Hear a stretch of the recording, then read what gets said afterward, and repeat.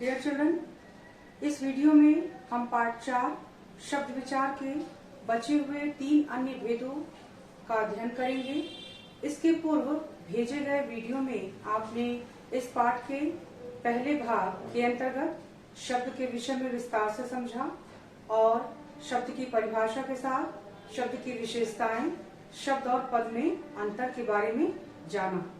इसके अलावा शब्दों का वर्गीकरण जो 5 भेदों में 5 भागों में किया गया है, उसके अंतर्गत 2 भेदों का आपने अध्ययन किया, रचना के आधार पर और अर्थ के आधार पर। इस वीडियो में आप शब्दों के 3 अन्य भेदों का अध्ययन करेंगे, उत्पत्ति के आधार पर, प्रयोग के आधार पर और व्याकरणिक प्रकार के आधार पर। डियर चिल्ड्रन, शब्द का तीसरा भेद है उत्पत्ति के आधार पर, उत्पत्ति या स्रोत के आधार पर। उत्पत्ति या स्रोत, इस शब्द भेद को क्यों कहा जाता है? क्योंकि इसके अंतर्गत हम उन प्रकार के शब्दों का अध्ययन करते हैं जो कहीं न कहीं से जन्म लिए हैं या फिर किसी न किसी माध्यम से हमारी हिंदी भाषा में आए हैं। इसके अंतर्गत 4 प्रकार के शब्द रखे गए हैं: तत्सम शब्द, तद्भव शब्द, देशज और विदेशी शब्द। 4 ये प्रकार हैं उत्पत्ति के आधार पर। तत्सम शब्द 2 शब्दों के मेल से बना है, तत् और सम। तत् का अर्थ होता है उसके, सम का अर्थ होता है समान, उनके या उसके समान, उसके समान यानी कि संस्कृत के समान, संस्कृत भाषा के समान, संस्कृत भाषा के शब्दों के समान। तो इस प्रकार से जो इन दोनों ही शब्दों का अर्थ स्पष्ट हो रहा है इसके अंतर्गत, तो हम देखते हैं कि ऐसे शब्द जो संस्कृत भाषा के हैं या संस्कृत मूलक हैं, उन शब्दों को हम तत्सम शब्द कहते हैं। परिभाषा के अंतर्गत भी हम देखते हैं वे शब्द जो संस्कृत भाषा के हैं और हिंदी भाषा में भी उसी रूप में प्रयोग किए जाते हैं, उन्हें हम तत्सम शब्द कहते हैं। अपनी हिंदी भाषा में उन्हें हम तत्सम शब्दों के नाम से जानते हैं। दूसरा है तद्भव शब्द। तद्भव शब्दों के भी 2 प्रकार के शब्दों से मिलकर बना है ये, तत् और भव। तत् अर्थात उसके या उनके, भव अर्थात जन्म लिया, उससे जन्म लिया या उनके माध्यम से जन्म लिया हुआ, उनके या उसके किसे कहा जा रहा है? संस्कृत भाषा को कहा जा रहा है। ऐसे शब्द जो संस्कृत भाषा से जन्म लिए हैं या फिर ऐसे शब्द जो संस्कृत भाषा से बन के प्रयोग होते हैं। तो परिभाषा के अंतर्गत अगर हम देखते हैं, बनते हैं इसकी परिभाषा, संस्कृत के वे शब्द जो हिंदी भाषा में रूप बदलकर परिवर्तित होकर प्रयोग किए जाते हैं, उन्हें हम तद्भव शब्द कहते हैं। इस प्रकार से इसकी परिभाषा बनती है। कुछ शब्दों का उदाहरण हम देखेंगे, जैसे कुछ उदाहरण: लौ, लोहा, मातुल, मामा, निद्रा, नींद, नासिका, नाक। यहाँ आप देख रहे हैं आने वाले शब्द, ये सभी तत्सम शब्द हैं और इनसे जो बनने वाले शब्द यहाँ देख रहे हैं इनके ठीक सामने, ये सभी तद्भव शब्द हैं। संस्कृत में इन शब्दों को इस प्रकार से हम लिखते हैं और बोलते हैं और हिंदी में इस प्रकार से रूप बदलकर इनका लेखन होता है और उच्चारण होता है। तो इस प्रकार हम देख रहे हैं कि ये तत्सम शब्द रूप बदलकर हिंदी भाषा में इस प्रकार से प्रयोग किए जाते हैं। तो जो परिभाषा बताई गई या जो टेबल दिया गया है या शब्दों का जो उच्चारण या फिर जिस प्रकार से आपको समझाया बताया जा रहा है, आपको स्पष्ट हो गया होगा कि तत्सम शब्द और तद्भव शब्द किस प्रकार से एक दूसरे से भिन्न हैं किंतु सह संबंधित हैं। टेबल आपकी पुस्तक में भी दिया हुआ है, जैसे पेज नंबर 47 पे तत्सम तद्भव: शिर सिर, लौ लोहा, मौक्तिक मोती, मयूर मोर, भ्रमर भंवरा, भगिनी बहन, सायन शाम, स्तंभ खंभा, कुपुत्र कपूर, मक्षिका मक्खी, कोकिल कोयल, घोटक घोड़ा। मैंने कुछ शब्दों का ही यहाँ पर उच्चारण किया है। आपको ये पूरा तैयार करना है, पढ़ना है, क्योंकि संबंधित के प्रश्न बनाए जाते हैं परीक्षा के प्रश्न पत्रों में और इसके लिए आपको तैयारी जरूर से करनी है। तो पेज नंबर 47 और पेज नंबर 48 पे इसका दूसरा पार्ट यहाँ पे दिया है कि पूरा आप तैयार कर लेंगे, पढ़ लेंगे इनके विषय में। तत्सम शब्द और तद्भव शब्द, कौन से शब्द तत्सम है और कौन से तद्भव शब्द हैं, कौन से तत्सम शब्द है उनका रूपांतरण करके तद्भव में किस प्रकार से उनका प्रयोग होता है, ये सारी चीजें इस टेबल में दी गई हैं, आपको पढ़ना है। तीसरा उपभेद है देशज शब्द। देशज दो शब्दों के मेल से बना है, देश और ज। देश अर्थात स्थानीय बोलियों के अंतर्गत और ज जन्म लिया हुआ, यानी कि देशज शब्द के अंतर्गत परिभाषा बनेगी इसकी वे शब्द जो स्थानीय बोलियों से निकलकर हमारी हिंदी भाषा में आए हैं, प्रयोग होते हैं, उन्हें हम देशज शब्द कहते हैं।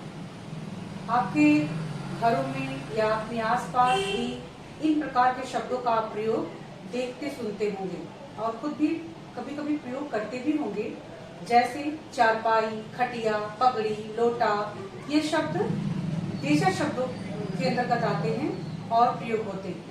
तो उन शब्दों को भी हमारी हिंदी भाषा ने उसी रूप में प्रयोग कर लिया है, यानी कि माध्यम से हमारी हिंदी भाषा में आए हैं। इसके अलावा कुछ शब्द ऐसे भी हैं ध्वन्यात्मक शब्द, जैसे कि खटखट, हिन हिन, ये शब्द क्या है? ये सभी ध्वन्यात्मक शब्द हैं। इनको भी नाम क्रियाओं के, नाम धातु क्रियाओं के जोड़ के माध्यम से हमारी हिंदी भाषा ने प्रयोग कर लिया है, जैसे बड़बड़ाना, खटपट, हिनहिनाना, गड़गड़ाहट, चहचहाना, चमचमाना, छटपटाना, मिमियाना प्रकार के शब्द हैं।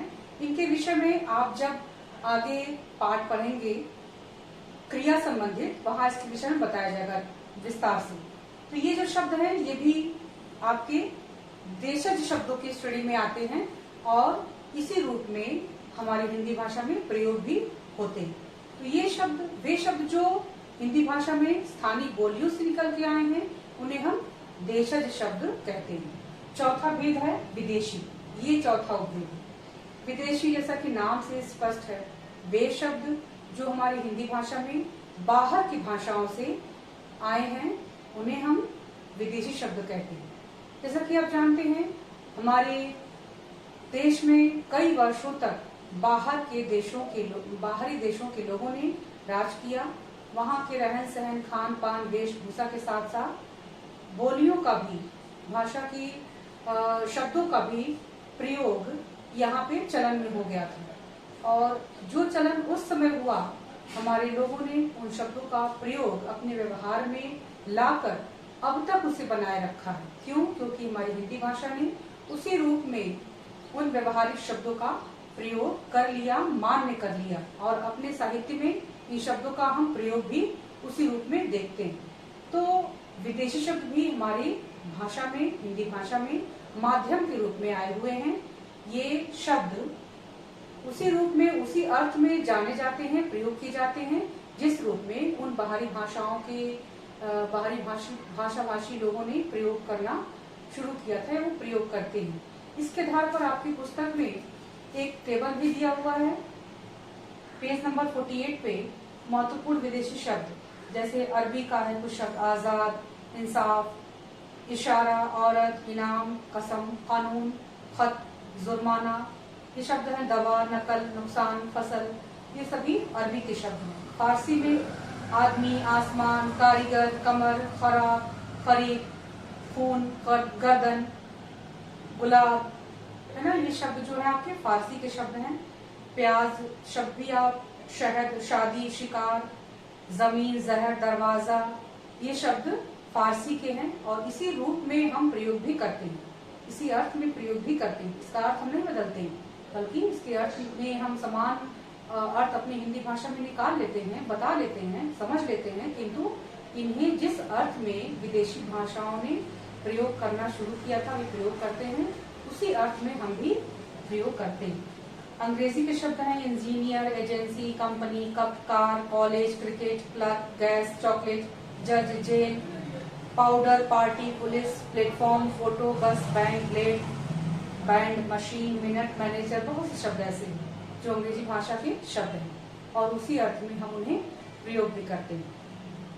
कुछ शब्द हैं पुर्तगाली के, जैसे कि कनस्तर, कमरा, गमला, गोदाम, चाबी, तौलिया, नीलाम, फीता, ये शब्द आपके पुर्तगाली के हैं। तुर्की के कुछ शब्द हैं तोप, लाश, चाकू, कैंची, गलीचा, कुली, चेचक, ये शब्द आपके तुर्की के हैं। फारसी के भी कुछ शब्द हैं कारतूस, कूपन, काजू, ये सभी शब्द फ्रांसीसी हैं। जापानी शब्द है रिक्शा, चीनी, चाय, लीची, ये शब्द चाइनीज हैं।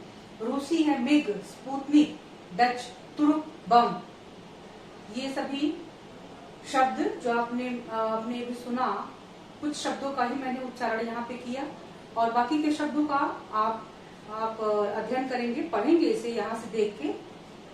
तात्पर्य यह है कि ये जिन शब्दों का मैंने उच्चारण किया वे शब्द आपकी बाहरी भाषाओं के शब्द हैं और जिन अर्थों में वे प्रयोग करते हैं उसी अर्थ में हम हिंदी भाषी भी उन शब्दों का प्रयोग करते हैं, उसी अर्थ में लेते भी हैं। यानी कि इन चारों ही प्रकार के शब्दों का प्रयोग हमारी हिंदी भाषा में होता है। यदि पहचान करने की बात आए तो उन शब्दों के प्रकार, उनके स्वरूप, उनके उच्चारण के माध्यम से आप देख सकते हैं कि ये शब्द हमारी हिंदी भाषा में माध्यम से आए हैं या इनका जन्म हुआ है। तो इस आधार पर हम देख रहे हैं उत्पत्ति के आधार पर शब्दों के जो ये 4 वर्गीकरण किए गए हैं, इन चारों की जो विशेषताएं हैं हमने यहाँ पे चर्चा की। इसका 5वां भी भेद है संकर शब्द। संकर शब्द 5वां भी भेद है जो कि बाद में जोड़ा गया है। वे शब्द जो 2 भाषाओं को मिलाकर बनाए जाते हैं उन्हें हम संकर शब्द कहते हैं। 2 भाषाओं को मिलाकर बनाते हैं, जैसे कि आपकी पुस्तक में पेज नंबर 49 पे ही दिया हुआ है। रेलगाड़ी, रेल शब्द अंग्रेजी है, गाड़ी शब्द हिंदी। वर्षगांठ, वर्ष संस्कृत है, गांठ हिंदी शब्द। रेल यात्रा, रेल अंग्रेजी है, यात्रा संस्कृत शब्द। घड़ी सास, घड़ी हिंदी है, सास अरबी शब्द है। बीमा पॉलिसी, बीमा अरबी शब्द है, पॉलिसी अंग्रेजी शब्द है। तो इन शब्दों को जिन हम 2 भाषाओं के मेल से, 2 भाषाओं के शब्दों के मेल से बनाते हैं उन्हें हम संकर शब्द कहते हैं। चौथा भेद है प्रयोग के आधार पर। प्रयोग के आधार पर शब्दों को 2 भेदों में बांटा गया है, सामान्य शब्द और तकनीकी शब्द। प्रयोग के आधार पर ऐसा क्यों कहा गया? क्योंकि इन प्रकार के शब्दों का हम प्रयोग ही करते हैं। यदि सामान्य रूप से हमने प्रयोग किया तो वो शब्द सामान्य रूप से प्रयोगित होने वाले शब्दों के अंतर्गत आएंगे। यदि कुछ विशेष अर्थ के अंतर्गत शब्दों का हमने प्रयोग किया तो वो तकनीकी शब्दों के अंतर्गत आते हैं। सामान्य शब्द आसानी से समझ में आ जाते हैं। सामान्य बोलचाल, स्थानीय बोलियों के अंतर्गत आने वाले या सामान्य बातचीत के दौरान प्रयोग होने वाले शब्द, सामान्य रूप से वाक्य बनाए जाने वाले शब्द, बच्चे बाहर खेल रहे हैं, सभी आपस में बातचीत कर रहे हैं, बालिका चित्र बना रही है, ये क्या है? ये सभी जितने प्रकार के यहाँ पे पद प्रयोग किए गए हैं वाक्य में, इनके अंतर्गत आने वाले जो शब्द हैं उन सभी को सामान्य अर्थ के रूप में हम जानते हैं, कोई विशेष अर्थ इनका नहीं। जब भी वाक्य बना और इनके सभी प्रकार के जो पद प्रयोग किए गए हैं इनके अर्थ आपने आसानी से समझ लिए। यानी कि सामान्य रूप से प्रयोग होने वाले शब्दों को हम सामान्य शब्द कहते हैं। ये स्थानीय व्यवहार में या दैनिक व्यवहार में आने वाले शब्द होते हैं। किताब, पुस्तक, सड़क, माता पिता, पुष्प, है ना, ये सभी घर, मकान, ये शब्द, सभी शब्द सामान्य शब्दों के अंतर्गत आते हैं। किंतु कुछ शब्द ऐसे भी होते हैं जो किसी विशेष अर्थ के अंतर्गत प्रयोग होते हैं, उन्हें हम तकनीकी शब्द कहते हैं। विशेष के अर्थ में यदि हम देखें तो इसे 3 भागों में बांटा गया है पुस्तक में। एक विषय के अंतर्गत विषय, फिर रखा गया है दूसरा प्रशासन और फिर रखा गया है तीसरा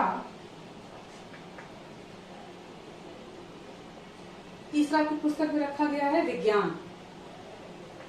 तकनीकी शब्दों को 3 श्रेणियों में बांट दिया गया है। अब यहाँ हम देखें विषय को लेकर।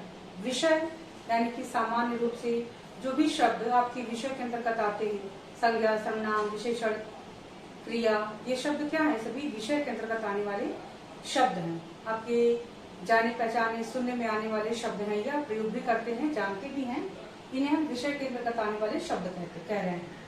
प्रशासन यानी कि कार्यालय जो शब्द है, वे शब्द प्रशासनिक शब्दों के अंतर्गत आते हैं। इन्हें हम विशेष प्रयोग के अंतर्गत देखते हैं। जैसे कि आपका शब्द है सचिव, प्रशासन या फिर शासन या फिर कनिष्ठ, प्रभाग, अनुभाग, ये सभी शब्द क्या है? ये सभी कार्यालय शब्द हैं, प्रशासनिक शब्द हैं।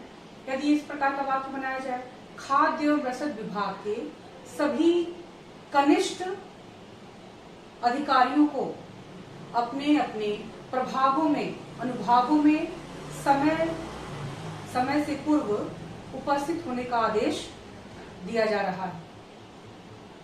तो सभी यहाँ पे जो प्रयोग किए गए शब्द हैं, खाद्य एवं रसद विभाग, प्रभाग, अनुभाग, ये शब्द क्या हैं? ये सभी एक तकनीकी शब्द हैं, विशेष अर्थ वाले शब्द हैं, जो कार्यालय शब्दों के अंतर्गत प्रयोग होते हुए दिखते हैं।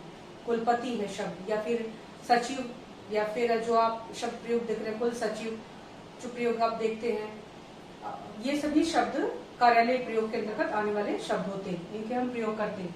विज्ञान के अंतर्गत भी कुछ शब्द आते हैं। जिन शब्दों का उच्चारण आप साइंस में अंग्रेजी में करते हैं, उनको हिंदी में भी हम कुछ नामों से जानते हैं। जैसे कि जीवाश्म है, जीवाश्म शब्द है, या फिर शब्द जैसे कि संश्लेषण है, या फिर आपका शब्द आपकी पुस्तक में दिया गया है कोशिका है, जीव विज्ञान शब्द है, वनस्पति विज्ञान शब्द है, प्राणी विज्ञान शब्द है।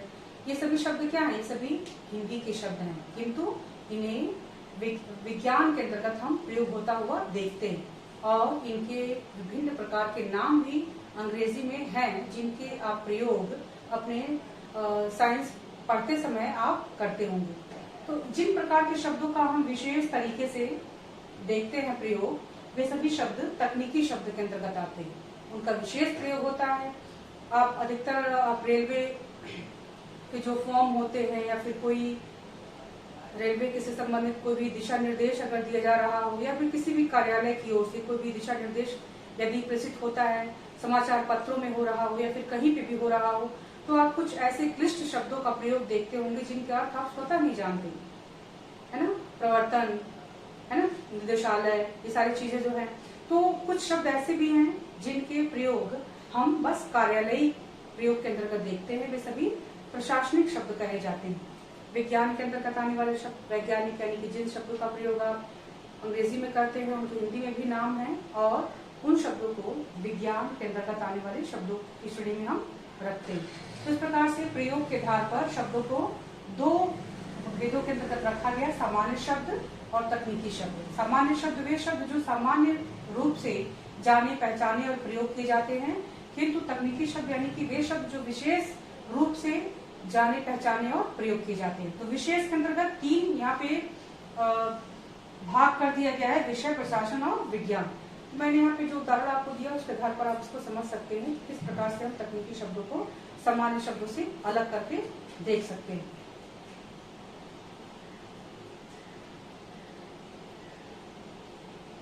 पांचवा भेद है,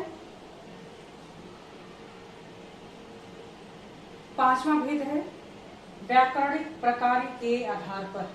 व्याकरणिक प्रकार अर्थात जो शब्द विशेष रूप से व्याकरण के कार्य हेतु प्रयोग होते हैं, व्याकरण के अधीन आते हैं, उन्हें हम व्याकरणिक प्रकार के आधार पर आने वाले शब्द कहते हैं। इन्हें दो भागों में बांटा गया है, विकारी और अविकारी शब्द। विकारी शब्द यानी वे शब्द जिनमें विकार उत्पन्न हो सकता है, जिनमें परिवर्तन हो सकता है। अविकारी शब्द यानी कि जिनमें परिवर्तन नहीं हो सकता है, जिनमें विकार उत्पन्न नहीं हो सकता है। शब्द का आपने ये अर्थ देखा। इसके अंतर्गत जो शब्द आते हैं उनके आधार पर इन्हें हम अच्छी तरीके से समझ सकते हैं। विकारी शब्दों के अंतर्गत आते हैं संज्ञा, सर्वनाम, विशेषण और क्रिया। ये चार प्रकार के शब्द विकारी शब्दों के अंतर्गत आते हैं। संज्ञा यानी वे शब्द जो किसी भी व्यक्ति, वस्तु, स्थान के नाम को हम कहते हैं। तो नामों को हम कहते तो हैं, किंतु उन संज्ञा की बात यहाँ नहीं की जा रही, व्यक्तिवाचक संज्ञा की बात नहीं की जा रही है। यहाँ पे हम बात कर रहे हैं जातिवाचक संज्ञा की। तो जातिवाचक संज्ञा के वे शब्द जो बदले जा सकते हैं उन्हें हम विकारी शब्द कहते हैं। जैसे कि पुस्तक, पुस्तकें, बालक, बालिका, बालिकाएं, लड़का, लड़की, लड़के, इन शब्दों को हम बदल ले रहे हैं, आसानी से परिवर्तन कर सकते हैं। ऐसे ही सर्वनाम जैसे कि मैं, मेरा, हम, मैं, मेरा, हम, यहाँ पे मैं और हम एक वचन और बहुवचन के उदाहरण है क्रमशः। और जैसे कि तुम, तुम्हारा, यहाँ पे आप देख रहे हैं। फिर जैसे कि वह, उसने, उन्होंने, ठीक है, उनका, उनके प्रकार के जो शब्द हैं, सर्वनाम के शब्द हैं, इन शब्दों में बदलाव हम कर सकते हैं जैसी वाक्य की आवश्यकता है। विशेषण अच्छा, अच्छी प्रकार के शब्द हैं, काला, काली, जैसी आवश्यकता वाक्य की है वैसे इसको हम बदल सकते हैं। क्रिया पढ़ता, पढ़ती है, पढ़ते हैं, पढ़ता है, दौड़ता है, दौड़ती है, दौड़ते हैं। ये जो मैंने यहाँ पे उच्चारण किया या बताया, जो जानकारी दी, इसके आधार पर हम देख सकते हैं कि जो शब्द वाक्य की आवश्यकता के अनुसार बदले जा सकते हैं, लिंग, वचन, काल, कारक के आधार पर बदले जा सकते हैं, उसे हम विकारी शब्द कहते हैं। इनमें बदलाव हो सकता है, चाहे वो संज्ञा हो, सर्वनाम हो, विशेषण हो या फिर क्रिया हो। इनमें जैसी वाक्य की आवश्यकता है इनमें बदलाव संभव है। किंतु अविकारी शब्द वे शब्द जिनमें हम किसी प्रकार से बदलाव नहीं कर सकते, उनमें आने वाले शब्द हैं क्रिया विशेषण,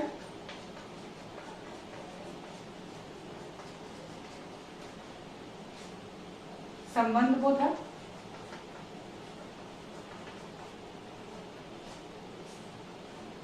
समुच्चय बोधक,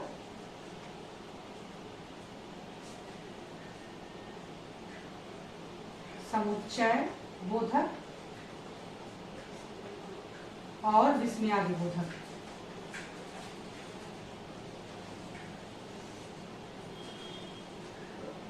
क्रिया विशेषण, संबंध बोधक, समुच्चय बोधक और विस्मयादि बोधक ये अव्यय हैं, ये अविकारी शब्द भी इन्हें हम कहते हैं। इनमें किसी भी प्रकार से बदलाव संभव नहीं है। कोई भी लिंग हो, कोई भी वचन हो, कुछ भी हो, वाक्य की कितनी ही आवश्यकता क्यों न हो, किंतु इनमें हम किसी प्रकार से बदलाव नहीं कर सकते। ये इनकी विशेषता होती है, क्योंकि अव्यय होते हैं, किसी प्रकार से बदले नहीं जा सकते। क्रियाओं की विशेषता बताने वाले अव्यय क्रिया विशेषण, संबंध संज्ञा सर्वनाम शब्दों के साथ वाक्य के अन्य शब्द जो आते हैं उनके भी संबंध बताने वाले शब्द, समुच्चय बोधक दो शब्दों या दो वाक्यांशों को जोड़ने वाले शब्द, विस्मयादि बोधक विस्मय को प्रकट करने वाले शब्द। तो जो ये चारों प्रकार के मैंने यहाँ पे नाम लिखे हैं उन सभी को अविकारी शब्द कहते हैं और ये किसी भी प्रकार से बदले नहीं जा सकते क्योंकि ये अव्यय होते हैं। तो ये जो शब्द हैं इनमें किसी प्रकार से बदलाव संभव नहीं है। शब्द जैसे है बच्चे बाहर खेल रहे हैं, बालक बाहर खेल रहा है, यहाँ पे बच्चे बहुवचन है, खेल रहा है क्रिया भी बच्चे बहुवचन है, खेल रहे हैं क्रिया बहुवचन है, किंतु बाहर शब्द एक अव्यय है, ये बदलेगा नहीं यदि हम दूसरे प्रकार से वचन का प्रयोग करें या क्रिया का प्रयोग करें। बच्चा बाहर खेल रहा है, बच्चा एक वचन है, खेल रहा है क्रिया भी एक वचन है, किंतु बाहर शब्द में किसी प्रकार का कोई बदलाव नहीं हो सकता। तो यहाँ पे हम देख रहे हैं विशेषता यही होती है अविकारी शब्दों की, किसी प्रकार से बदले नहीं जा सकते, इनमें बदलाव नहीं हो सकता।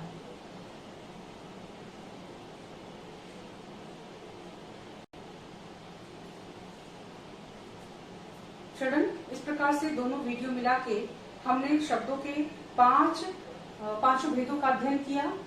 पहला अर्थ के आधार पर शब्दों के अब 6 भेद बताए गए आपको, पर्यायवाची, विलोम, अनेकार्थक, एकार्थक, वाक्यांश बोधक शब्द, श्रुति संभिन्नार्थक शब्द। फिर रचना के आधार पर शब्दों के 3 उपभेद बताए गए, रूढ़, यौगिक और वियोगरूढ़ शब्द। उत्पत्ति के आधार पर शब्दों के 5 उपभेद बताए गए, तत्सम शब्द, तद्भव शब्द, देशज शब्द, विदेशी शब्द और संकर शब्द। प्रयोग के आधार पर शब्दों के 2 भेद बताए गए, सामान्य शब्द और तकनीकी शब्द।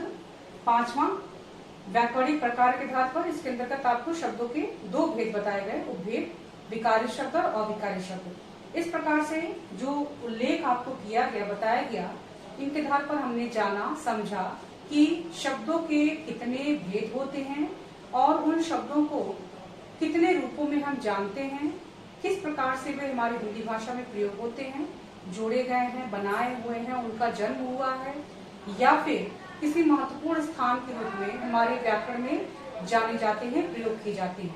बच्चों, आपकी पुस्तक में पेज नंबर 51 पे कुछ प्रश्न दिए गए हैं। मौखिक में शब्द किसे कहते हैं, वर्णों के ध्वनि समूह, वर्णों का वह ध्वनि समूह जो सार्थक रूप प्रस्तुत करे उसे हम शब्द कहते हैं।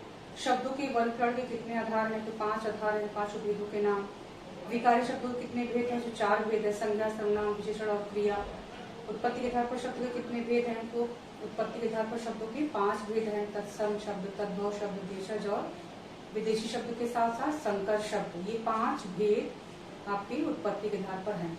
जितने उत्तर आपको यहाँ बताए गए हैं, इनके उत्तर आप इस वीडियो और पुस्तक की सहायता से पुस्तक में ही लिखेंगे, इनको कॉपी में लिखने की आवश्यकता नहीं है।